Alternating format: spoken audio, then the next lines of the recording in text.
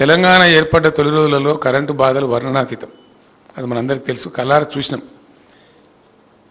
Indira park దగ్గర పారిశ్రామికవేత్తలు ధర్నా చేసినటువంటి సన్నివేశాలు, కార్మికులకు 3 పూటల మాకు పని దొరకలేదు, కనీసం 1 టైం దొరకలేదు, ఈ పవర్ హాలిడేస్తో చస్తున్నామని కార్మికులు పటాన్ చెరువు, మన చెర్లపల్లి ప్రాంతాల్లో కార్మికులు కూడా ధర్నా చేసినటువంటి ఉదంతాలు చాలా చూసినాం మనం.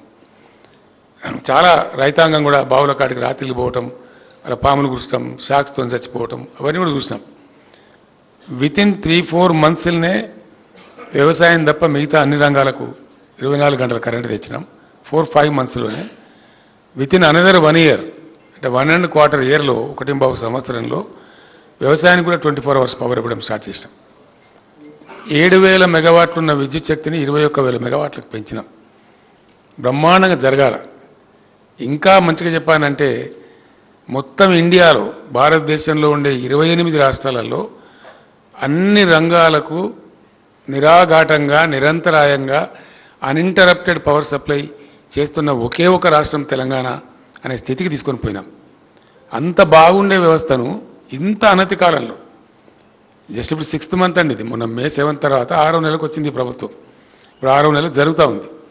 వితిన్ 5-6 మంత్స్లో ఇంత ఘోరంగా అంటే, నేను ఆనెస్ట్గా చెప్తున్నా, నేను ట్విట్టర్లో కూడా పెట్టినా, నేనున్న చోట నీకు తర్వాత మానేసిన, నేను బాగుండదు, మరీ చీప్ అవుతుంది, నా పర్సనల్ డౌన్ అవుతుందని చెప్పి నేను ఏదో కక్ష కొద్ది పెడుతున్నానే అభిప్రాయం వస్తుందని మానేసిన. నేనుండే ప్లేసులలో నేను ఎక్కడైతే ఆగుతుంటానో, నైట్ హాల్ట్స్ కానీ ఇంకో చోట కానీ 7-8 సార్లు పవర్ పోయిందండి నేనుండే చోట. ఒక చోట మాత్రం నేను ట్విట్టర్లో పెట్టి ఆ తర్వాత మానేసిన. ఇది ఇంతే, ఇక లాభం లేదు, దున్నపోతు మీద వానవాడేట్టున్నది అని చెప్పి, మళ్ళీ దాన్ని కూడా ఏదో ఇది నిజం కాదు అని వీళ్ళు పిచ్చోళ్ళలాగా అరవటం, అది నా స్టాండర్డ్ తగ్గిపోద్దని నేను మానేసుకున్నా. 7-8 టైమ్స్ పవర్ ఫెయిల్యూర్. ఒకసారి కాదు, నేను ఉండగానే 2 సార్లు 3 సార్లు పవర్ పోవటం.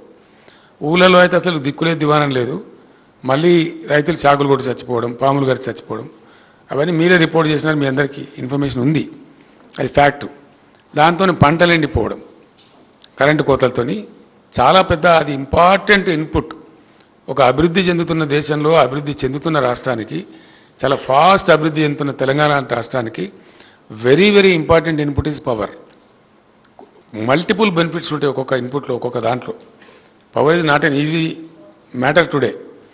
ఎట్లా అంటే, ఊళ్ళో మామూలు పిండిగిరిని నడుపుకునేటువంటి మామూలు చిన్న సైజు చిరుద్యోగి, ఇండస్ట్రియలిస్టు, చిన్న తరహా పరిశ్రమ నడుపుకునేటువంటి పిండిగిరిని నడుపుకునే వ్యక్తి నుంచి అపాచే హెలికాప్టర్లు తయారు చేసే వాళ్ళ దాకా ఎఫెక్ట్ చేస్తుంది.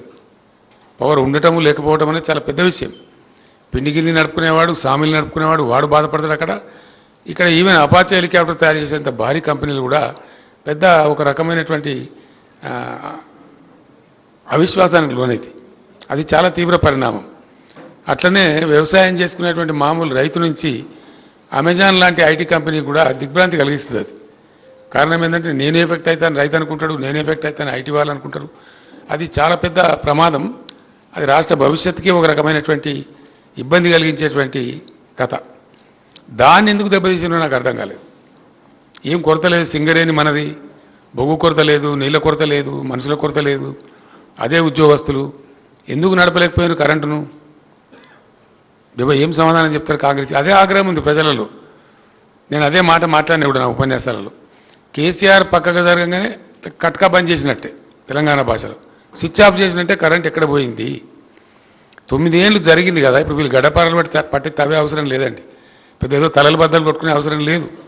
యాజ్ ఇట్ ఈజ్గా జరిపిస్తే అయిపోయేది. వాళ్ళ లాజిక్ కోల్పోయారు పాపం. దురదృష్టం ఏంటంటే, వాళ్ళు అతికిపోయి, అప్పుడు మేము ఏం చేసినామంటే, అన్ని సమీక్షల తర్వాత టాప్ టు బాటం చాలా అద్భుతమైన అనుభవం ఉన్నటువంటి టెక్నోక్రాట్స్ని పెట్టి నడిపినాం ఆ సంస్థను.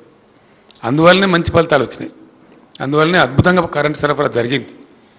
హైదరాబాద్లో చిన్న వర్షం పడితే మొన్న మీరందరూ కూడా చూసినారు, ఎన్ని గంటల పాటు అండి, 6 గంటలు, 8 గంటలు, 10 గంటలు పోయినటువంటి ఏరియాలని చివరికి చందానగర్లో 24 అవర్స్ పోతే వాళ్ళు సబ్స్టేషన్ మీద పోయి దాడి చేసే పరిస్థితి వచ్చింది హైదరాబాద్ సిటీలో.